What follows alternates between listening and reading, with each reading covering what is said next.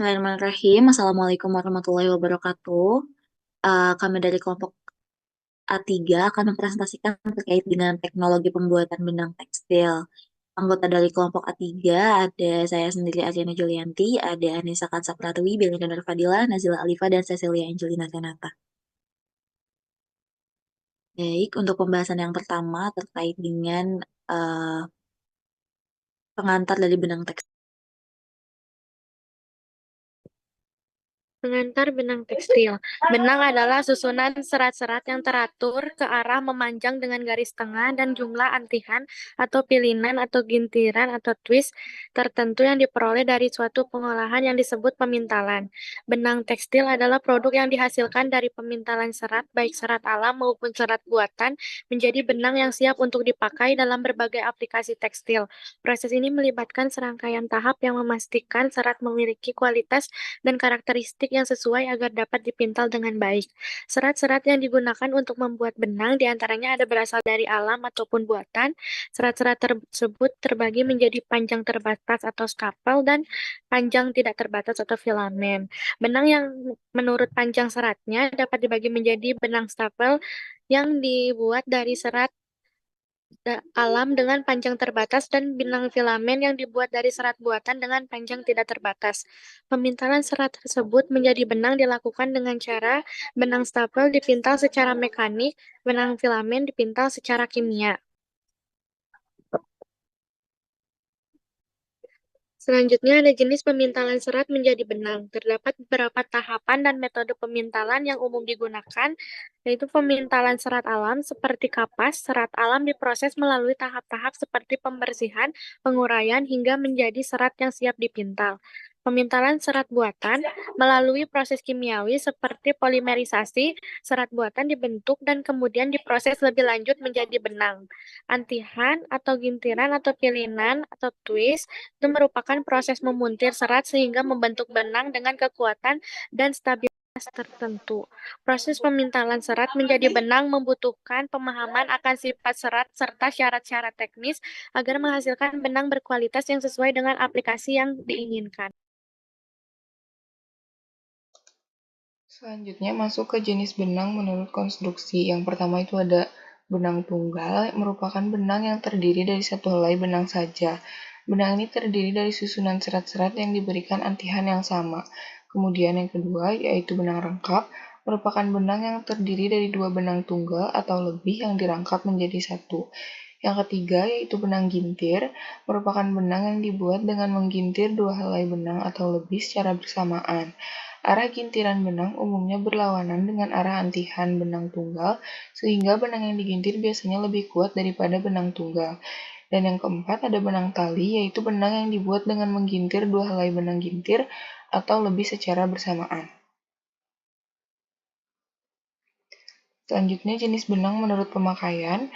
Yang pertama itu ada benang lusi atau lungsin, merupakan benang tenun yang disusun sejajar yang biasanya memanjang dan tidak bergerak atau terikat di kedua ujungnya yang kemudian diselipkan benang pakan.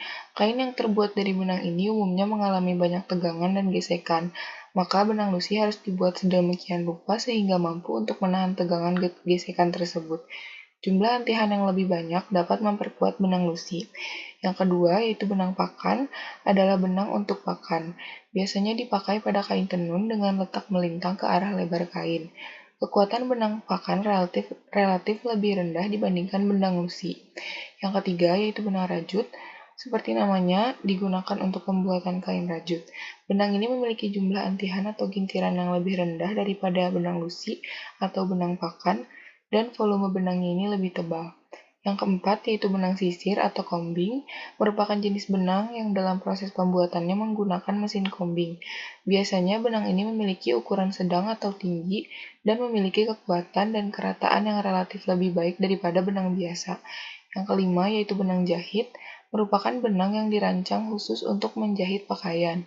Dalam proses pembuatan benang jahit biasanya telah melalui pencelupan warna dan terdiri dari benang-benang yang digintir.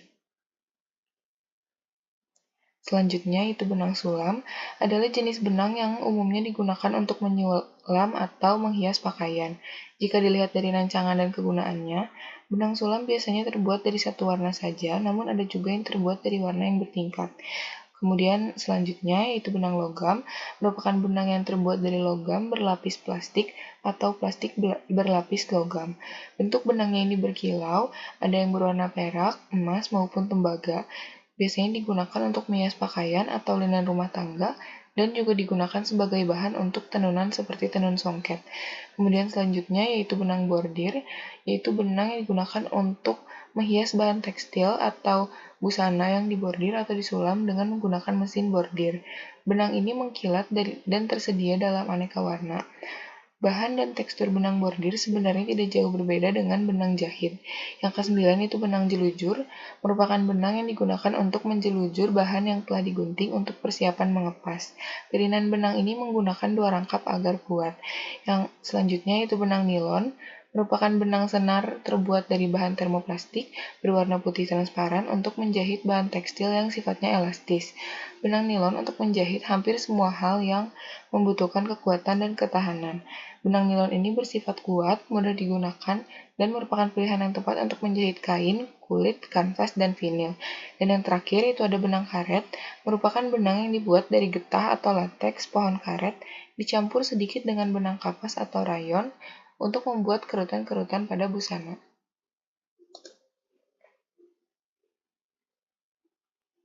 Selanjutnya ada penomoran benang tekstil, di mana untuk penomoran benang ini tuh didasarkan pada perbandingan antara panjang dan berat, di mana yang terdiri dari dua macam. Yang pertama itu ada penomoran yang menunjukkan panjang benang setiap berat tertentu, dan yang kedua itu ada penomoran yang menunjukkan berat benang setiap panjang tertentu.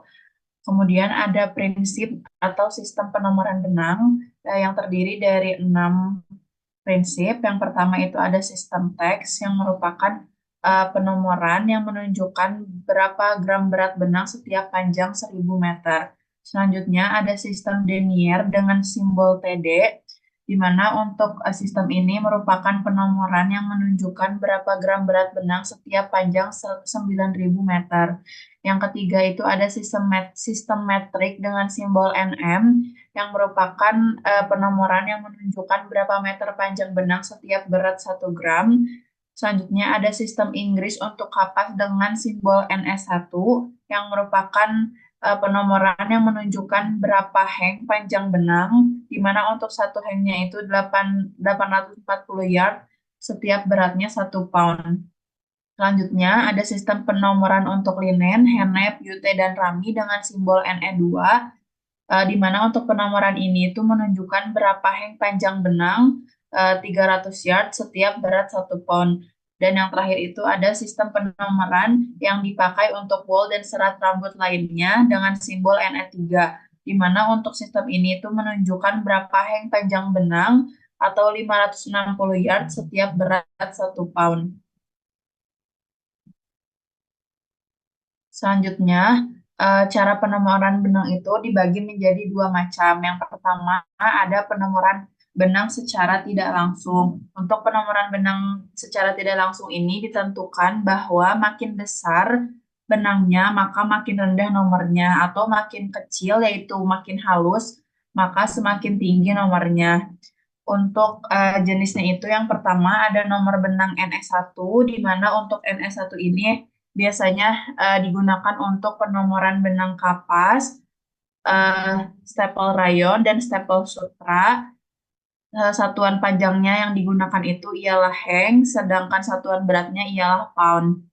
Kemudian yang kedua itu ada nomor benang NE2 atau NE, di mana untuk NE2 ini digunakan untuk linen, henep, jute, dan rami, sedangkan untuk NE ini digunakan untuk wol. Untuk satuan panjang yang digunakan ini ialah 300 yard, dan sedangkan satuan beratnya ialah pound.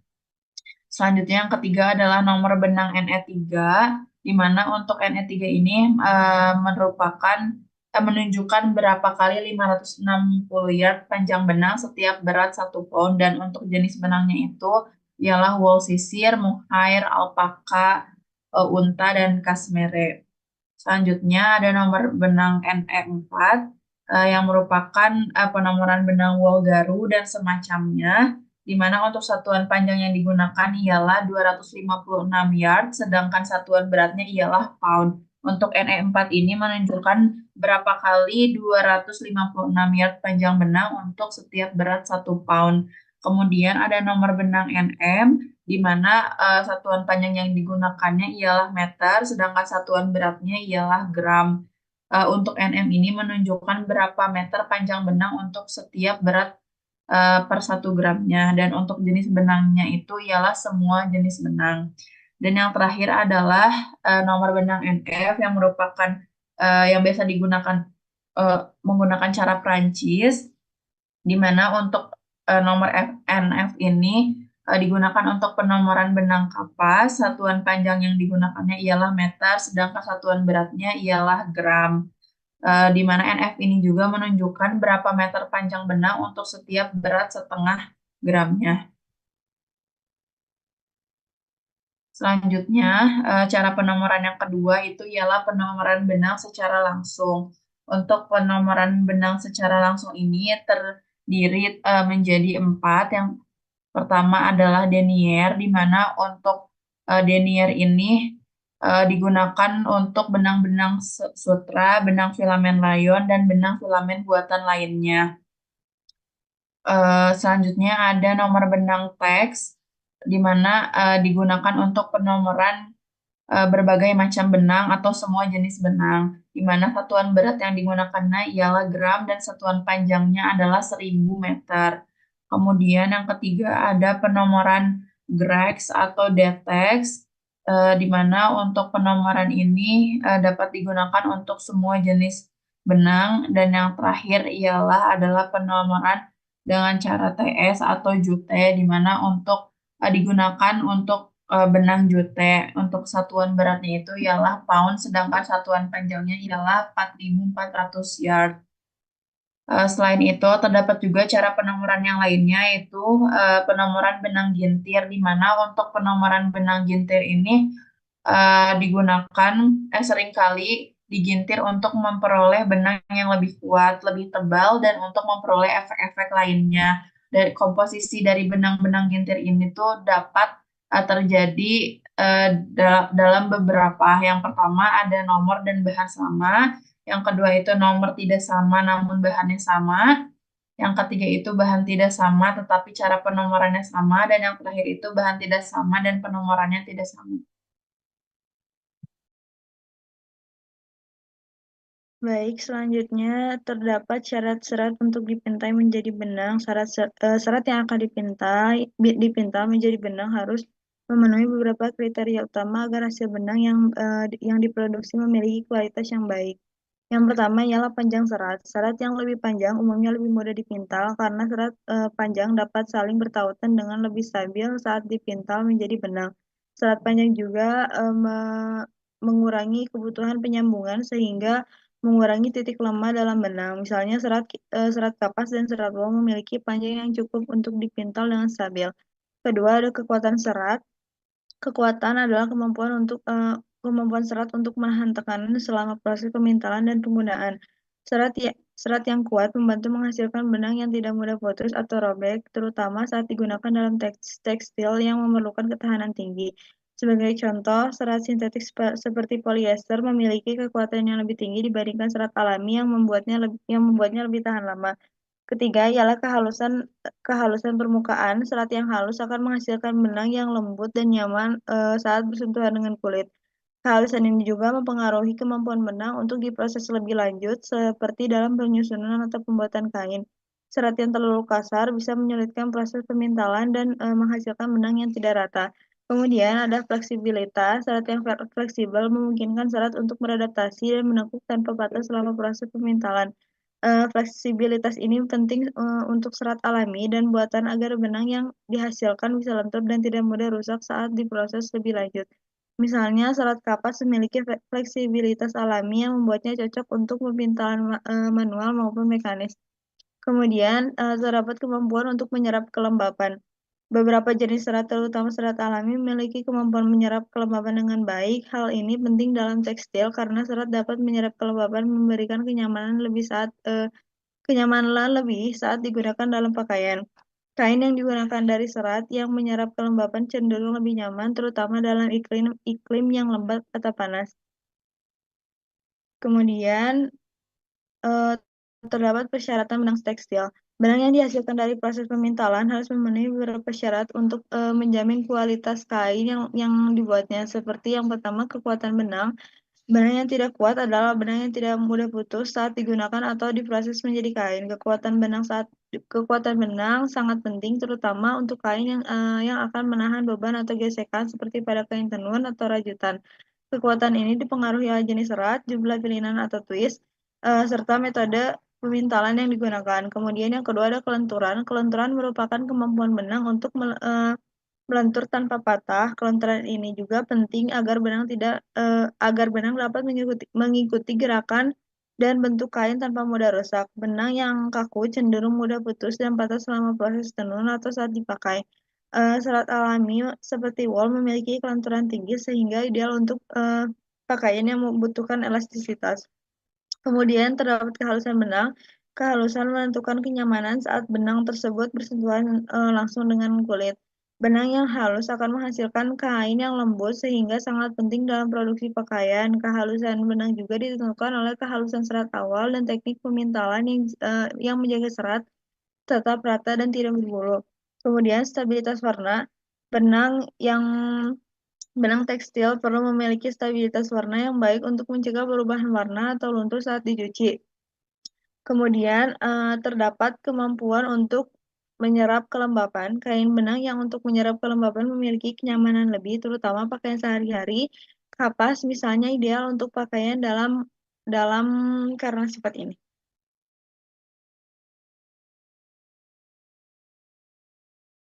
Baik, selanjutnya urutan pemintalan serat menjadi benang di mana serat ini ada yang serat alam dan juga ada serat buatan. Untuk serat alam, untuk prosesnya itu yang pertama ada blowing, di mana blowing ini merupakan proses serat kapas yang dari petani itu kemudian dibuka gumpalan-gumpalannya yang menghasilkan serat baku.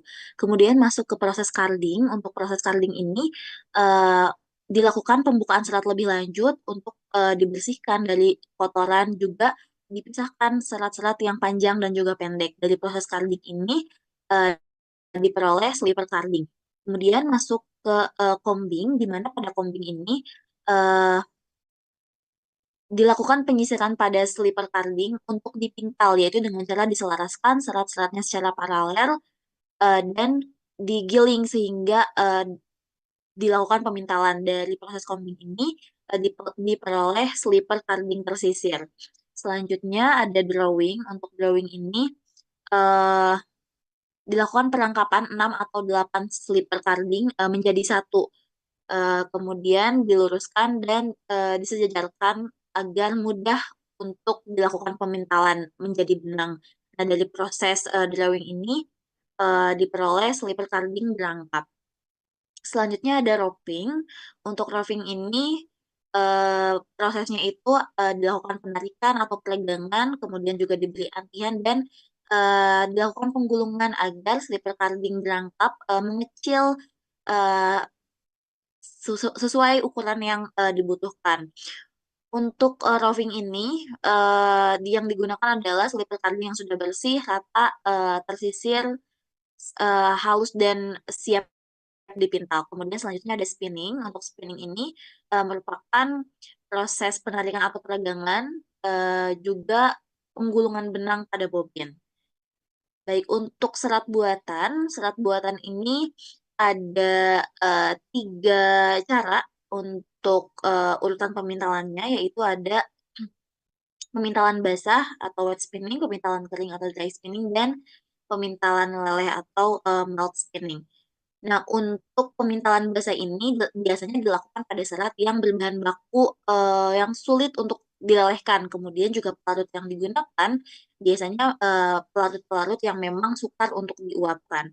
Untuk pemintalan kering ini dilakukan untuk bahan baku serat yang tidak dapat dilelehkan. Biasanya ada pencairan polimer yang dilakukan dengan melarutkan polimer pada pelarut yang sesuai. Lalu ada pemintalan leleh. Pada pemintalan leleh ini dilakukan dengan cara memanaskan polimer dalam bentuk chips dalam satu hopper pada temperatur di atas temperatur lelehnya. Kemudian lelehan polimer tersebut ditekan dengan proses ekstrusi ataupun dengan bantuan gear pump hingga keluar melalui lubang spinneret di dalam spinneret pack.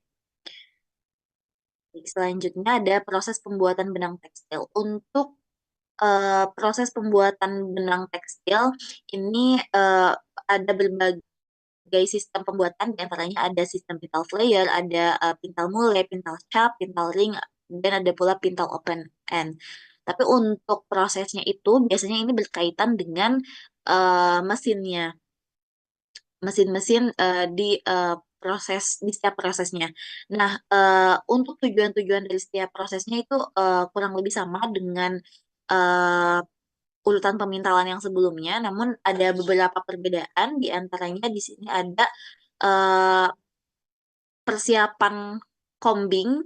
Untuk persiapan combing ini ditujukan untuk meluruskan serat, memperbaiki kerataan berat, kemudian juga mengubah slipper carding menjadi lap kecil yang sesuai untuk penyuapan pada mesin combingnya. Kemudian juga di sini ada pre-drawing. Pada pre-drawing ini ada proses pembuatan lap kecil yang lebih rata sebagai bahan penyuap combingnya. Kemudian ada lap former atau super lap. Pada proses ini eh, dilakukan perangkapan beberapa slipper pre-drawing untuk disuap bersama-sama ke dalam mesin lap formernya, lalu dilakukan peregangan lebih lanjut untuk mendapatkan kesejajaran serat yang lebih baik dan lebih lurus. Kemudian juga membuat lap dengan ukuran kecil sebagai penyuap pada mesin combingnya, karena nantinya berfungsi sebagai penyuap slipper hasil pre-drawing, yang mana letak serat-seratnya itu sudah lurus dan sejajar. Mesin lap former juga menghasilkan lap yang lebih rata dan letak serat yang lebih sempurna. Dan pada proses laformer ini juga dapat membantu mempermudah proses penyisiran. Selanjutnya juga ada flare di proses ini uh, untuk membuat roving sebagai bahan penyuap mesin ring spinning. Nah, pada proses utama dari flare ini adalah untuk membuat roving, di mana prosesnya ada peregangan, kemudian ada pengantian atau twist, dan penggulungan. Lalu terakhir ada ring spinning. Pada ring spinning ini yaitu lanjutan dari proses atau dari mesin flyer, di mana terjadi proses perubahan roving menjadi benang dengan jalan peregangan, pengantian, dan penggulungan. Nah, pada proses spinning ini juga merupakan proses terakhir dalam pembuatan benang. Dan selanjutnya merupakan proses selanjutan untuk proses penyempurnaan. Baik, sekian yang dapat kami sampaikan. Mohon maaf apabila ada kekurangan dan kesalahan. Terima kasih atas perhatiannya. Billahi taufiq wal hidayah. Wassalamualaikum warahmatullahi wabarakatuh.